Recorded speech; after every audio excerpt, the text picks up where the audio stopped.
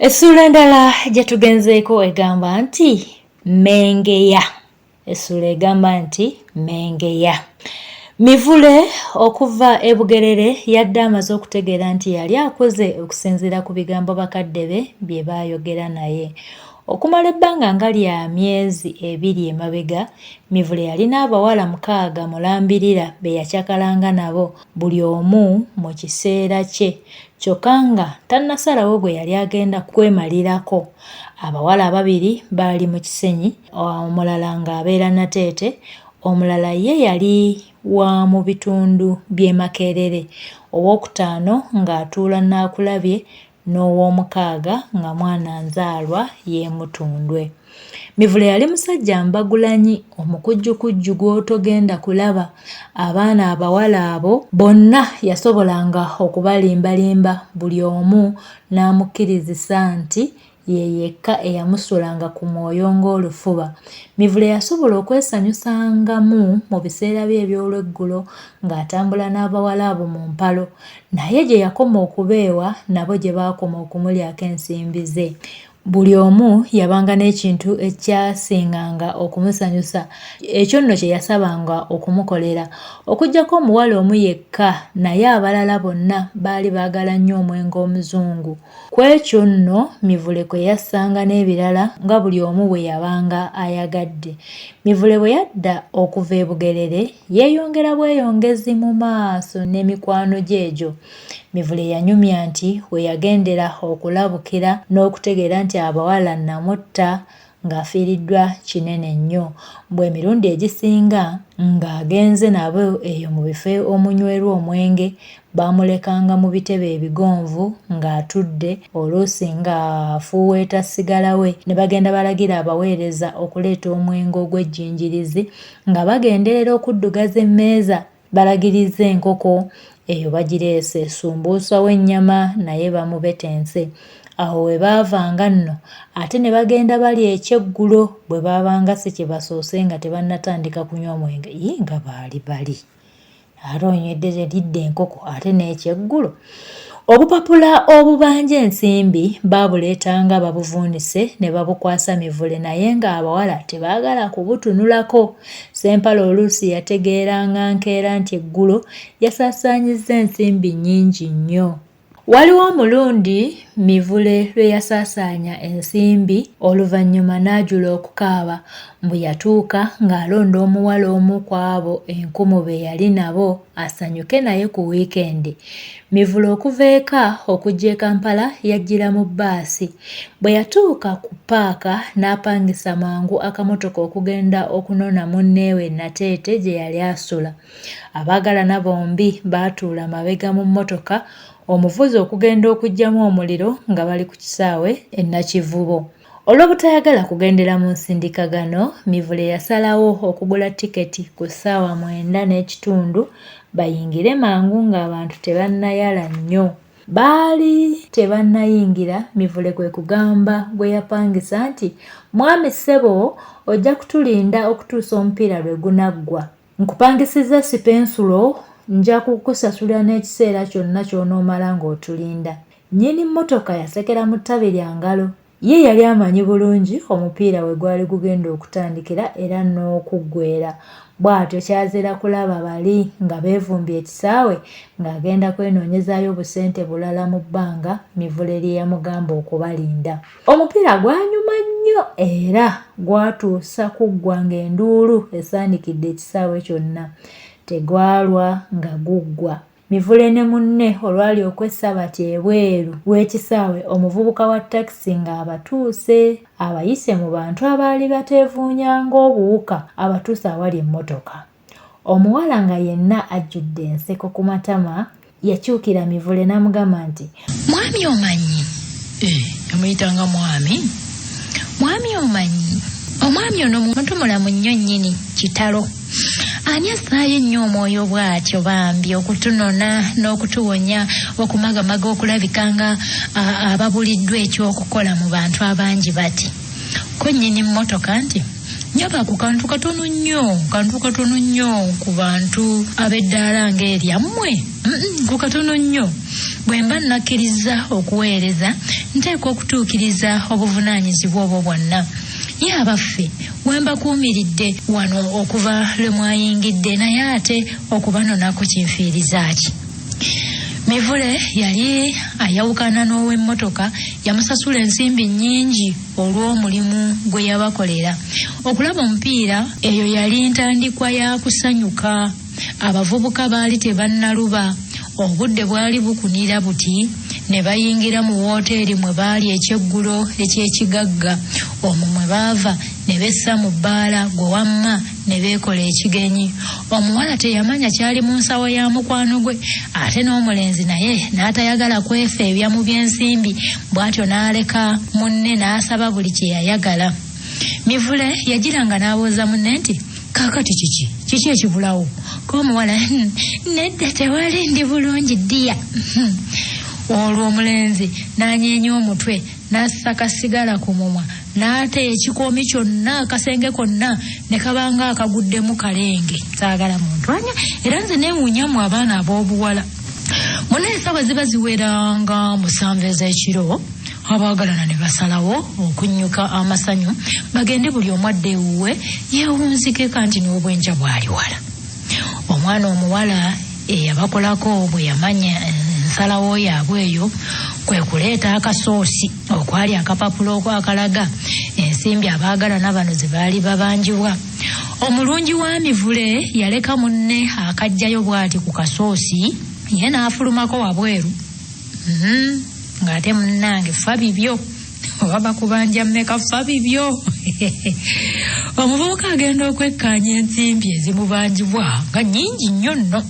Teyalwa n'afubitika omukono mu nsawo n'aggyayo ensimbi ez'empapula n'abala.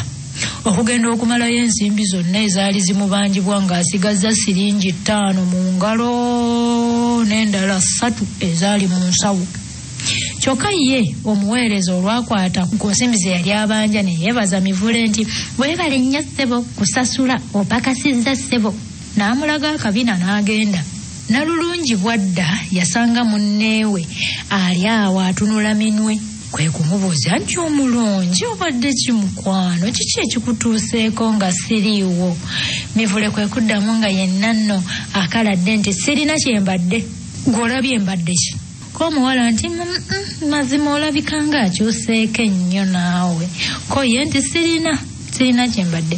Wabula tukole bwe tuti kakati ggwe twala zino ensimbi zikuzeeyo eka nze nnina awantu we ngenda okwekoonako ndyoke nzire eka. Omuwala bw'agenda okwanjuluza ensimbi munne z'amuwadde nga ziri siringi 5. Mu kiseera ekyo omuwala n'atunula bubi nnyo. Amangu ago kwe kubuuza munne nti mwami buno obusente kazzi ogambye nti nompadde bwaki? Ate nonde eddoboozi likyuka. Ompadde buno obusente ogambye buno ompadde bwaki? Ndowooza teweetegereza ng'obumpa nze nga bwe ndi naamu obusente obwo bunkolere ki? Mivule kwe kuddamu ng'atoomerera nti nnyabo nange saagadde kukuwa nsimbi ntono naye bbiiru yennyingiddemu okutuusa awo munnange. Omuwala yasaanuula musaanuule teyalwa n'asituka n'aduumira omulenzi nti nze tombuulira bya bbiiru. Ambuulira bbiiru nnyini kyenjagala nze kunnyongera nsimbi ezintuuse ewaffe n'eze nnaakozesaako enkya ku Sande. Tombuulira. Omulenzi yalaba omuwala amuswazaswaza atyo mu bantu kwe kumuwoyawoya n'amugamba nti kyokka naamu naawe ntegedde ndowoozayo. Kale olaba ova mu mbeera oti ku kantu akatono nga kano naye bwe kiba ekinene ekisingawo oba otya? Naawe ddala obadde ondowooleza okuggwebwako ensimbi n'okutuuka okubulwa ezikuzzaayo. Nteze katego kange era kati ntegedde nga bw'olowooza nkutegedde naamu. Omuwala ate kwe kwesesa amajemulukuba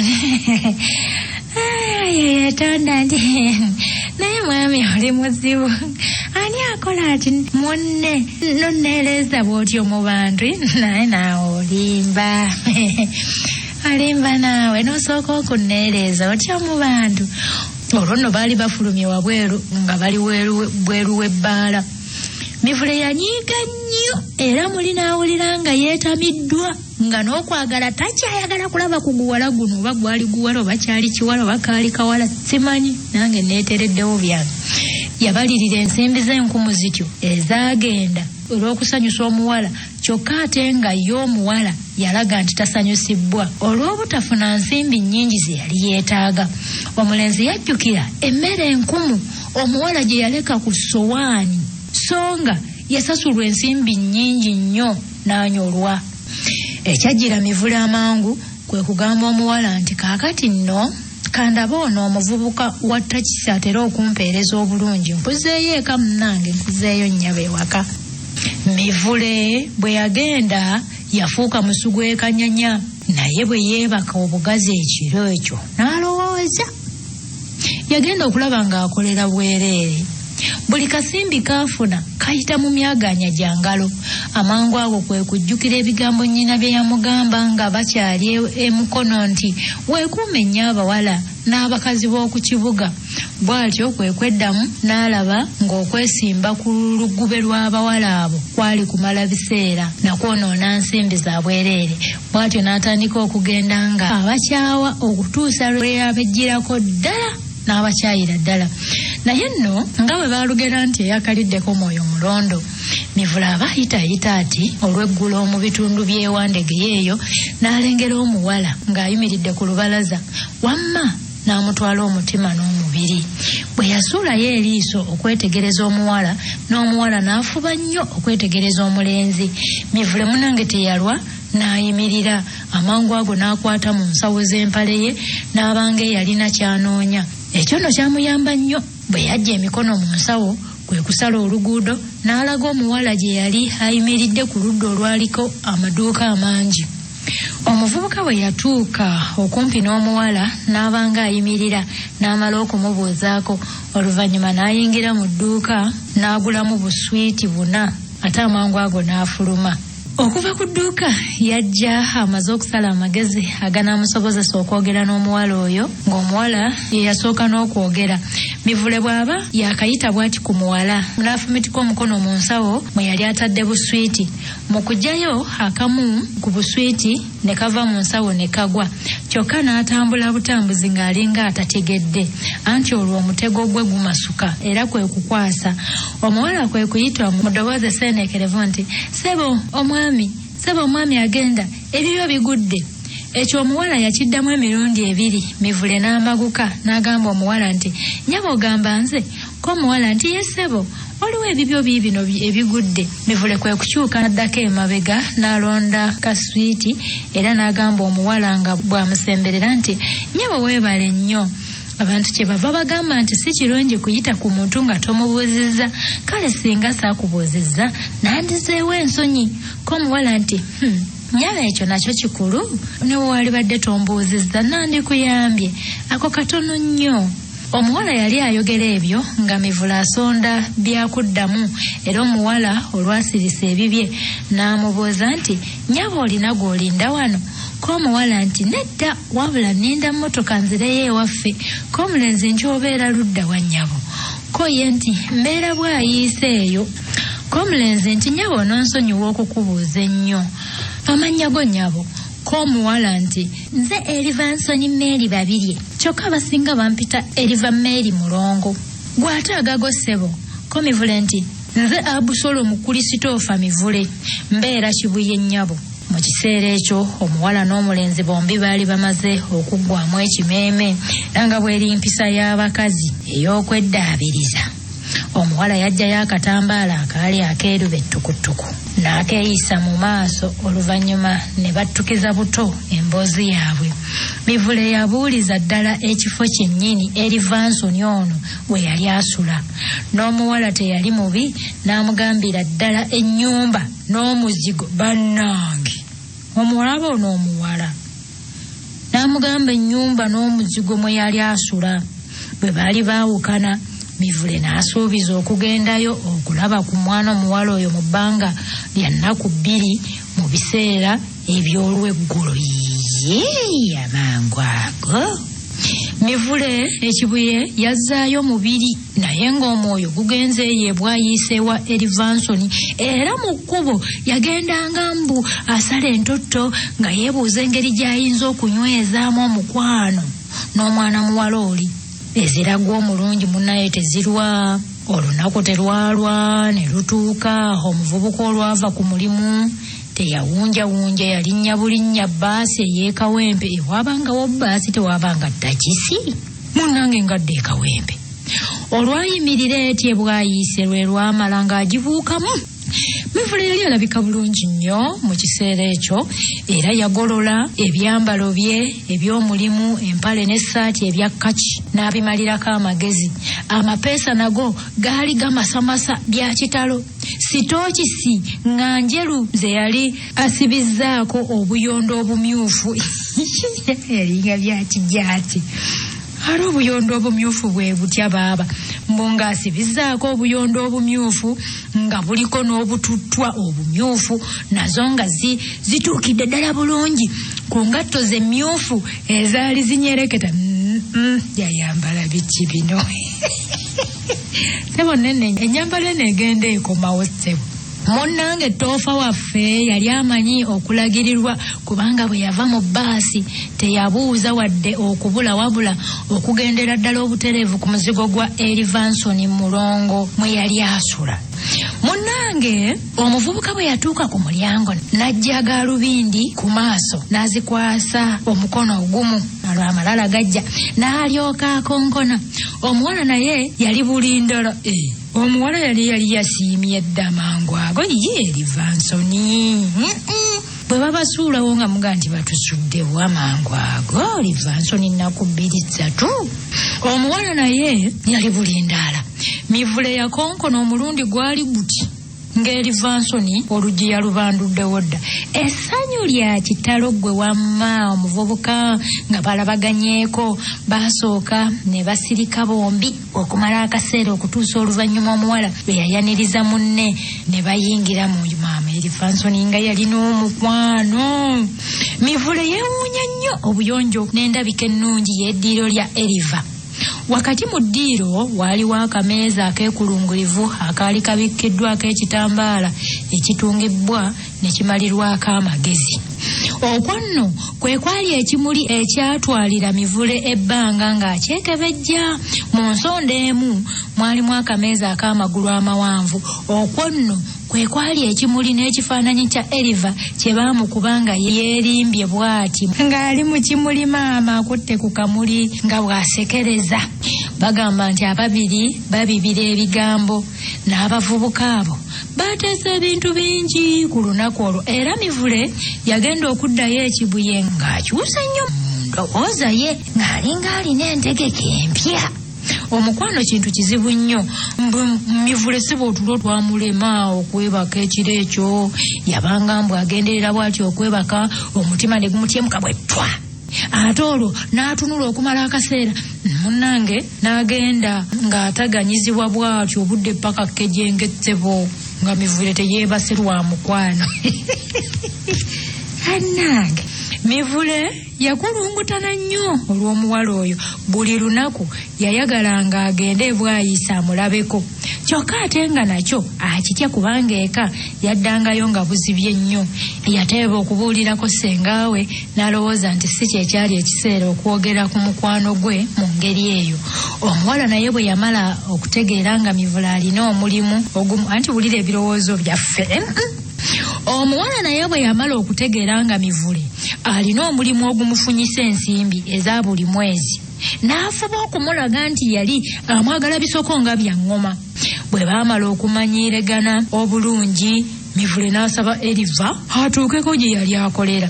Ekiseera ekiragaanye kyali kya ssaawa 6:30. Omuwala okutuuka yasanga munne amulindiridde nga bagenda eyo mu kalina abiri eyo nga balambula z'ofiisi zaabwe eyo maama. Mivule ofisi ya mukama we yagirongoosanga mu ttuntu era bwe yagimalanga n'asibawo n'alyoka agenda okulya. Omuvubuka olw'okwagala okungi kwe yalina yategeeza eri Vansoni ono nti ku bintu by'essimu nnyabo oyinza okunkubira okuva ku ssaawa 6:30 okukoma ku 7 kubanga olwo mbaamu nzekka. Omuwala bwe yawulira ku by'essimu n'agamba nti kakubye. Buli lwe yayitangako mu Kampala ng'essimu awulugumya okubuuza ku munneewe. Ebiseera ebyasooka essimu yakyaka. Ebigambo omwana muwala oli bye yayogereranga ku ssimu ng'oluusi bikkusa Mivule n'atalya na kyamisana. Ku ssimu okwo eri Vansoni kwe yayimanga n'asaba munne ensimbi mu ngeri etaamunyizangamu wadde okwekaanya. Emirundi egimu omulenzi ye yawanga omuwala ekkubo okumusaba ensimbi bwe yamubuuzanga nti mulongo oli bulungi mu byonna oba nti waliwo ekikubulako mu bulamu. Obugambo obwo bunyonyo nti funyo gye tuli baaba. Singa abasajja bonna mu buyiga buwulire mulongo oli bulungi mu byonna oba nti waliwo ekikubulako mu bulamu. Mivule yasaasaanya ensimbi ezitagambika ku mwana ow'obuwala ono kubanga buli kalungi ke yalabanga kasita yabanga n'ensimbi ng'akamugulira. Omuwala yalaba guli gutyo naye n'afuba nnyo okusendasenda omulenzi ava ekibuye naye ye n'atasooka kusiima kuva ku ssengaawe ne mukoddomi we kubanga baali bamuyamba bambi. Agenda okufumbirwa. Toofa agenda okufumbirwa omuwala.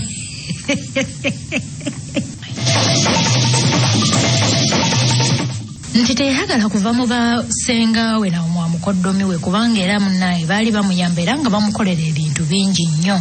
Naye okwagala kyekulira amagezi yalwaddaaki n'atenguka munnaye n'akkiriza mu kuwandiika ebbaluwa ezisiriikiriza ababa baziwandiikiddwa ate oluvannyuma ne zibasesa. Eri Vansoni yali wanjawulo nnyo. Eno y'emu ku bbaluwa ze yawandiikira munne Toofa. Agambye nti bw'ayiise endi 24 Ogwokuna 1965 omulungi Toofa. Mazima wankola bubi nnyo jjo nenkulinda okutuusa eyo mu ttumbi nga sikulabako. Kale ebyo ka tubyerabire obulamu buli mu ngeri kimukwano. Bulijjo Toofa ngenda nenkutunuulira nga gwe totegedde nendaba oluusi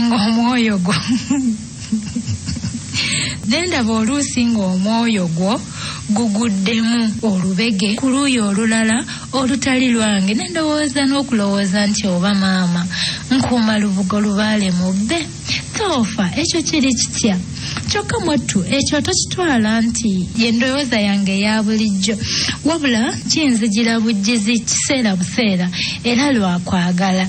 Kyokka simanyi obanga ddala omanyi nga wenkwagala Toofa. Simanyi mwattu Toofa bulijjo nina ekintu ekinnuma kyentera okukoonako kyokka gwe n'olabika nga tokifaako. Nnumwa nnyo era muli mpulira nga mbugujja nsiriira mmengeya nzigwerera bwenti okulaba nga gwe osula ekibuye ate nze nensula bwayise. Ebiseera ebisinga nebaka mavumira anti nga ngugumuka. Mwattu Toofa ani antunduza ati emmeeme n'entyemuka omutima buli kadde nonnesiwaza omubiri gwonna neneekubagiza nga afiiriddwa. Toyinza kuva wasengaawo n'ojja tubeere eno n'ompunya omutima. Golowooza nze saagala kukufumbira ku mmere nakukulabako buli lunaku yawa baffe okwesiba otyo mu nju ya mukaddewo toli kula olibumba mingi. Kasita wanzikiriza obutakukisa kinnuma ekyo kiikyo nkyerudde naye maama nguminkiriza ndaba nfa. Owuwo eri Vansoni kabakuwasa ojja kiwulira. Abakazi tusema.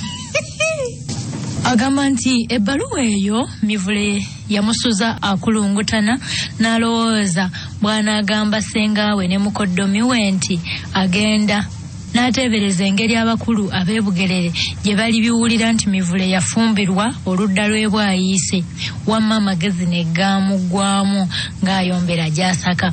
Mivule teyayagala kwemalirira ku nsonga eyo, bw'atyo kyeyava yeebuuza ku bavubuka banne obanga omuwala kye yali amugamba kyali kirungi okukikola. Eky'ekitalo bonna bassa kimu nga nkuyege nga bamuwa amagezi ga kugenda wa muwala, nga bongera n'okumugumya nti omuwala bw'oliba omukyaye nga weeviirayo nga weepangisiza.